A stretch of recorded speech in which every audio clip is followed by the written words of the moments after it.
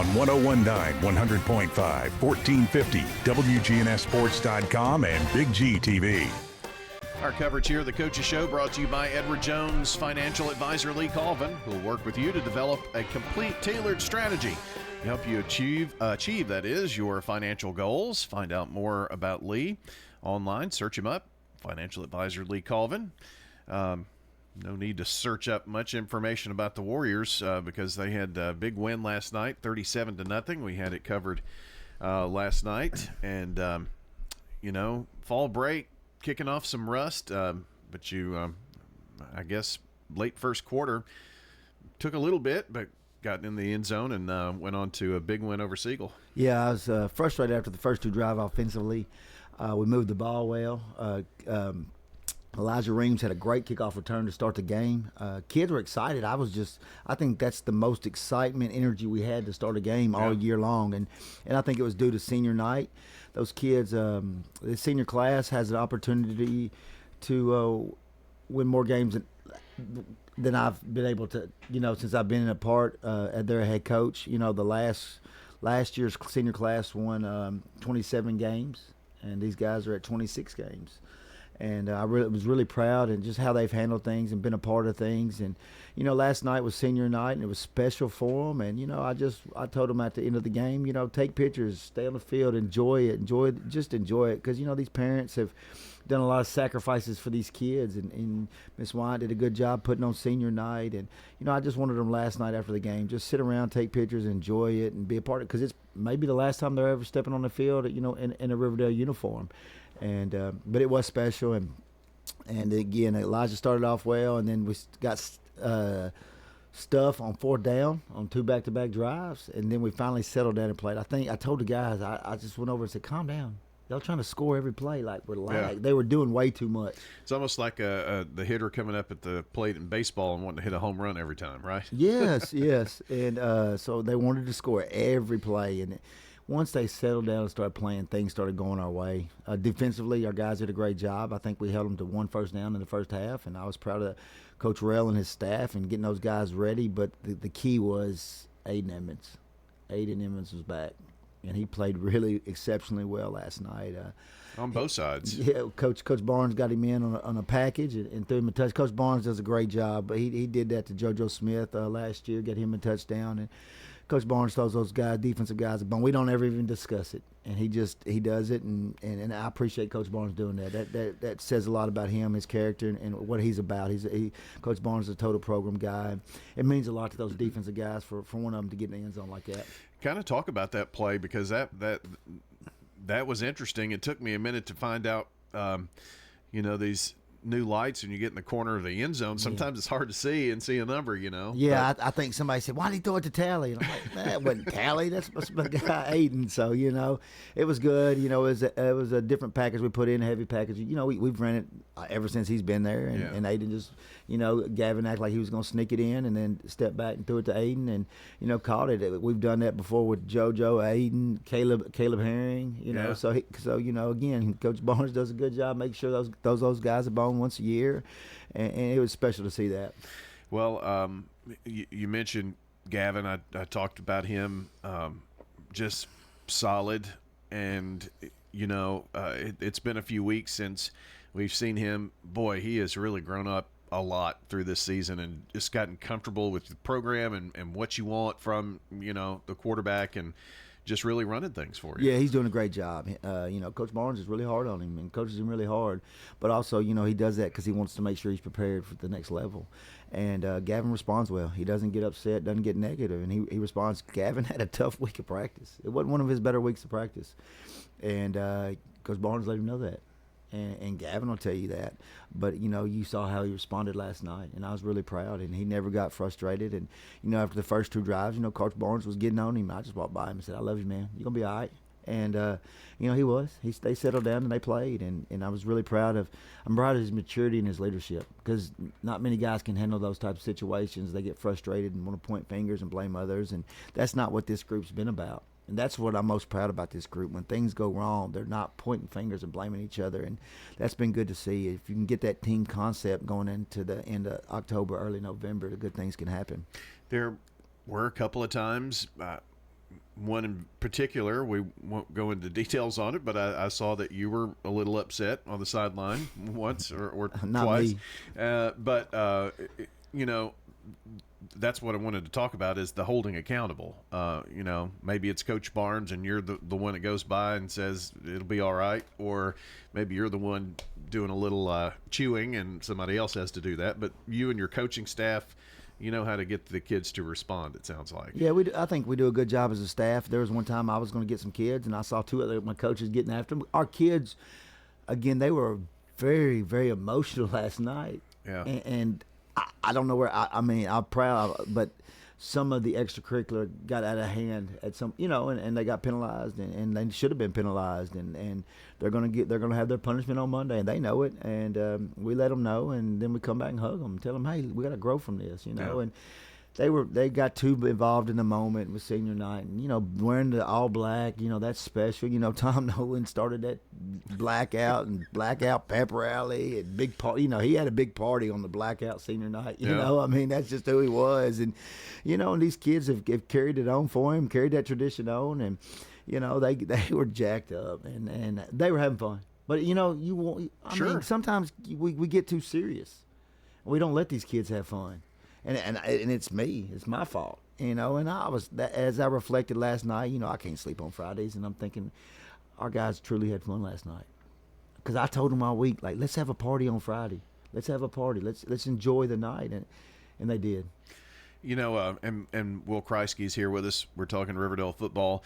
We were talking about that during the broadcast a little bit. You know, some things that spill over from college, but especially the NFL, you know, it can spill down to high school sports, but with everything and a lot of changes and things on the high school level, we can't lose the vision of this is high school sports, and you know, the things that can teach these kids. There's so much pressure, especially in this county, in this league.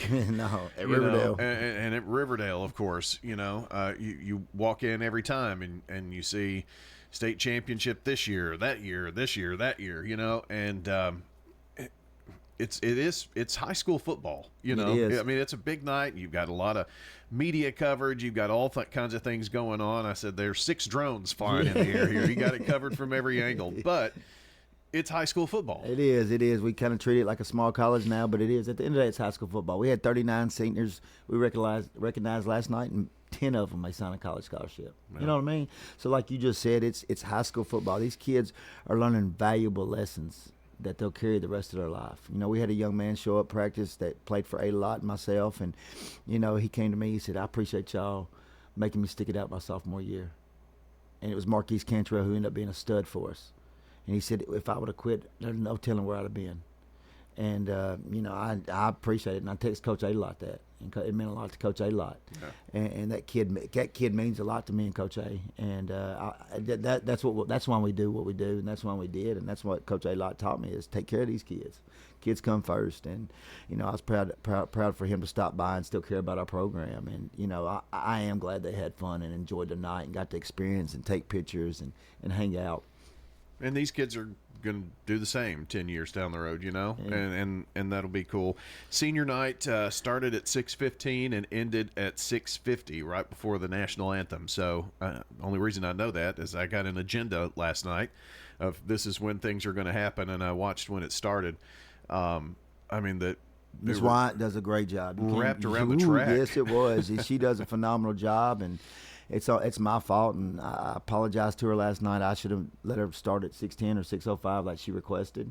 I'm a routine guy, and I've started at 6:15, and I apologize to her. And she does a phenomenal job, and I can't thank the hours she puts in to make sure senior night goes well and everything. And you know, I should have done a better job, and that was on me for not letting her move it up. And I apologize, and I apologize to the parents and everybody for not moving up that time, but again, I'm glad everybody got to enjoy it. And the thing that was disheartening last night was Aiden Rivas. You know, Rivas joined us late last year after soccer season and wanted to kick, and you know, unfortunate situation happened last night, and he tore his ACL and MCL. And Aiden's a phenomenal kid, and Aiden's fit in our locker room, and you know, Aiden has just grown up, just being around football. Football has been good for Aiden Rivas. Aiden Rivas is going to go on and have a successful career in life. He's a highly intelligent young man, and he's scored very high on the ACT, and he's just out there having fun. And it's devastating for something to happen. What's crazy? It was so fluke how it all happened and went down too. Yeah, the snapper Wyatt Petroka, Wyatt came to us from Webb. And, everybody knows the story about Webb shut down and everything. And Wyatt came to us, and Wyatt was playing, 2-year starter at Webb. Well, now he's behind, Aiden and Thompson and, just playing. Well, he tears his ACL in the Blackman game. So Dr. McKissick allowed him to snap last night. And that meant a lot to his parents that we let him snap. And I appreciate Cooper Dees not getting upset and letting him get a few snaps last night, because Cooper's a senior also. Yeah. But that shows, man, the team concept we have. And Cooper was like, "Coach, can he go yet?" Because I was like, "Guys, I'll tell you when," because I was nervous anyway. And then Cooper kind of, "Coach, he's going in." I said, "All right, that's fine." And Wyatt got to do some snaps, and Aiden got, and Aiden, when he was laying on the ground first, he said, "My mom's going to kill me." And I said, "Well, she's going to kill me also." I said, "But you made it, Aiden. You made it." And he smiled. So, prayers go out to him and his family and the situation he's about to be dealing with. Yeah, I watched, when the kick's going through, I'm watching, and I look back over, and I see him laying down, but I did go back and watch it last night. And, just that whole series of things. Miles had to come out because of equipment issue, and it was just – he came in all of a sudden. You could see, your special teams kids all cheering. Yeah, I mean, everybody was so excited. Yeah. Aiden was coming in. Everybody was fired up. The whole field goal unit was fired up. Aiden was coming in, and it was a special moment that ended up being devastating, you know, and it crushed. And, Coach Ernie Rivas has been at Riverdale since early 2000. And, and I hugged him last night at senior night. I said, "Man, it's the first time you've stepped on this field as a parent, football parent." I said, "You've been here for a long time." And, I hope they were able to at least enjoy part of the night. I know the end of the night wasn't so pleasing for them, but, I just hope they got to look back, and hopefully they're grateful for the moments they got to cherish there at Riverdale. Well, you're done at home, at least, unless there's a playoff something down the road here, because the next two are on the road, and next one is you've got two big rivalry games. Yes, I do. With yes, Rockvale, yes, and then we won't even talk about the next week just yet. No, but Rockvale's huge. Rockvale's getting better every week. Coach James Counts is doing a phenomenal job. We've known each other for I've known him my entire life, and I know what he's about. And my brother and I's coaching philosophy came from his dad. We lived in the field house with his dad growing up and spent many hours. So they were the relationship we have with kids, the relationship we have with our coaches, how we coach our kids, all originated from James Sr. Everything we do in our program started off and originated from James Sr. And, we've played Coach Counts teams the last 2 years at Henry County. So we know what type of coach Coach Counts is and what he's going to do. And he's going to be physical, and he's going to hit you in the mouth, and he's going to have the kids. He's a great motivator, just like his dad. And he's going to have us ready to play. He's going to have those kids ready to play and fired up. Well, good luck on the road at Rockvale, and enjoyed the hospitality last night. And we'll see you next Saturday morning to talk about what happens in week 9 or week 10, but 11 weeks. It's weird. It's gone by fast. It's gone by way too fast, but I appreciate everything y'all do. Thank you. Appreciate it. That's Will Kriesky joining us this morning on the Coach's Show, brought to you by Las Casas Feed Supply, locally owned and operated by Coy and Jennifer Young, specializing in animal feeds, premium pet foods, farm supplies, and more.